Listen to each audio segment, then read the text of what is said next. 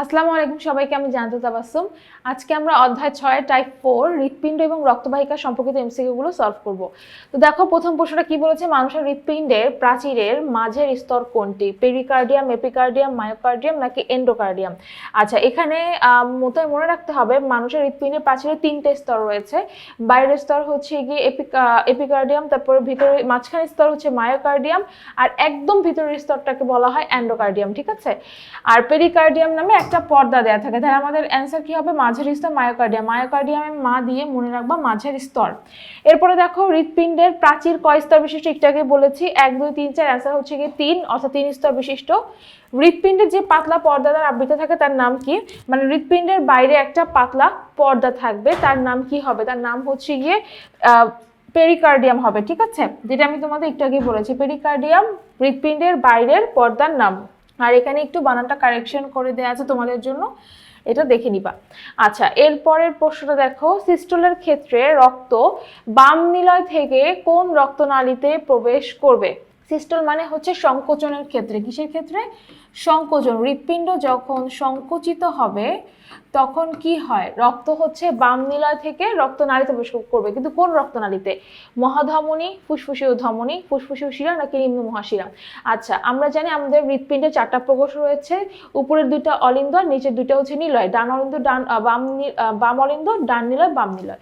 আচ্ছা, এখন হচ্ছে বাম নিলয় থেকে রক্ত যখন সংকোচন হবে, রক্তটা যখন বাম নিলয় থাকবে তখন সেটা সংকুচিত হওয়ার কারণে রক্তটা বাম নিলয় থেকে সরাসরি মহাধমনীতে প্রবেশ করে, এবং মহাধমনীতে যখন প্রবেশ করছে মহাধমনী পথে তারপরে অন্যান্য ধমনীতে যাবে, এবং সেটা দেহের বিভিন্ন প্রান্তে প্রান্তে গিয়ে অক্সিজেনযুক্ত রক্ত সরবরাহ করবে। তারপরে প্রশ্ন দেখো, অক্সিজেন সমৃদ্ধ রক্ত হৃৎপিণ্ডের কোনটি অতিক্রম করে? মানে হৃৎপিণ্ডের কোন কপাটিকা অতিক্রম করে?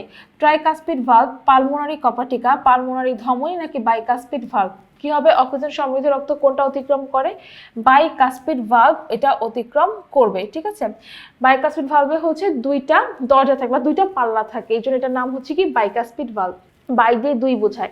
আর ট্রাইকাসপিড ভালভ যেটা, ট্রাই মানে হচ্ছে 3, তারপর এখানে 3টা পাল্লা থাকবে। এরপরে প্রশ্নটা দেখি, কোনটির ভিতর দিয়ে অক্সিজেনযুক্ত রক্ত বাম অলিন্দে প্রবেশ করে? আচ্ছা, কোনটার ভিতর দিয়ে অক্সিজেনযুক্ত রক্ত বাম অলিন্দে প্রবেশ করে? আমি প্রথমে বলেছি আমাদের 2টা অলিন্দ হচ্ছে, ডান অলিন্দ আর হচ্ছে বাম অলিন্দ। এটা হচ্ছে অক্সিজেনযুক্ত রক্ত ফুসফুসীয় শিরার ভিতর দিয়ে বাম অলিন্দে প্রবেশ করবে। ফুসফুসীয় শিরার কাজ কি? অক্সিজেনযুক্ত রক্ত বহন করা। আমরা সকলেই জানি শিরার কাজ হচ্ছে কার্বন ডাইঅক্সাইড যুক্ত রক্ত বহন করা, কিন্তু একটা ঘাড়তেরা শিরা আছে, নাম হচ্ছে ফুসফুসীয় শিরা, এটা অক্সিজেনযুক্ত রক্ত বহন করে। আর ধমনীর কাজ হচ্ছে সবসময় অক্সিজেনযুক্ত রক্ত বহন করা, কিন্তু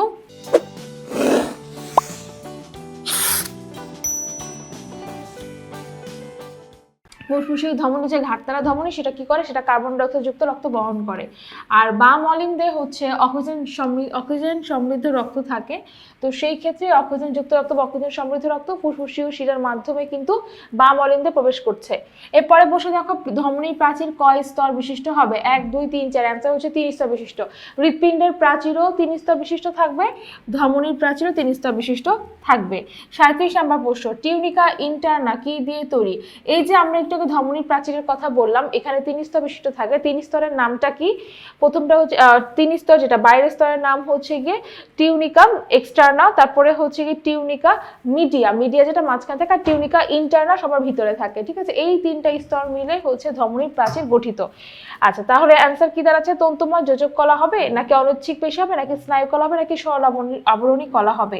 টিউনিকা ইন্টারনা একদম ভিতরের স্তর, এটা সরল আবরণী টিস্যু দ্বারা গঠিত।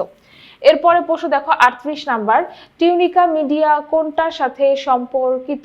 টিউনিকা মিডিয়া, এটা আমি একটু বললাম, ধমনীর প্রাচীরের মাঝের স্তরের নাম হচ্ছে কি টিউনিকা মিডিয়া দিয়ে মিডিয়াম বা মাঝখানে বোঝানো হচ্ছে।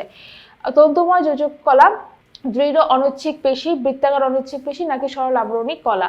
অ্যান্সার কি হবে? অ্যান্সার হচ্ছে কি বৃত্তাকার অনৈচ্ছিক পেশী হবে। ঠিক আছে, আচ্ছা, মানে এটা হচ্ছে অনৈচ্ছিক পেশী, কিন্তু এটা আকারটা হচ্ছে বৃত্তাকার।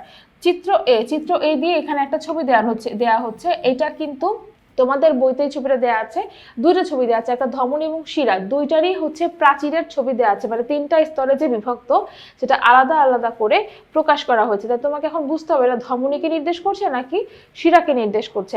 চিত্র এ কৈশিক নালী থেকে উৎপন্ন হয়, 2 হচ্ছে কি এর প্রাচীর কম স্থিতিস্থাপক, 3 হচ্ছে নালীপথ একটু চওড়া হবে। তাহলে অ্যান্সারটা কি হবে বলো তো? অ্যান্সারটা বলার আগে তোমাদের বুঝতে হবে এটা ধমনী নাকি শিরা।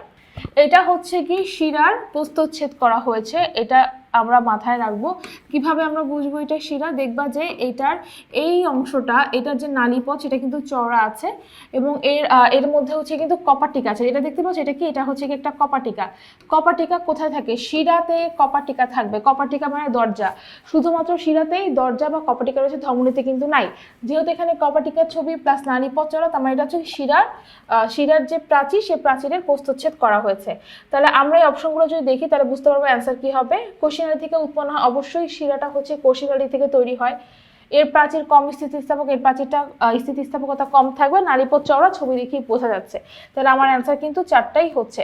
তাহলে আশা করি তোমরা হৃৎপিণ্ড এবং হচ্ছে কি রক্তবাহিকা সম্পর্কিত যত এমসিকিউ আছে সেগুলো খুব ভালো করে বুঝতে পেরেছো। সবাইকে আজকে ক্লাসটা করার জন্য অসংখ্য ধন্যবাদ।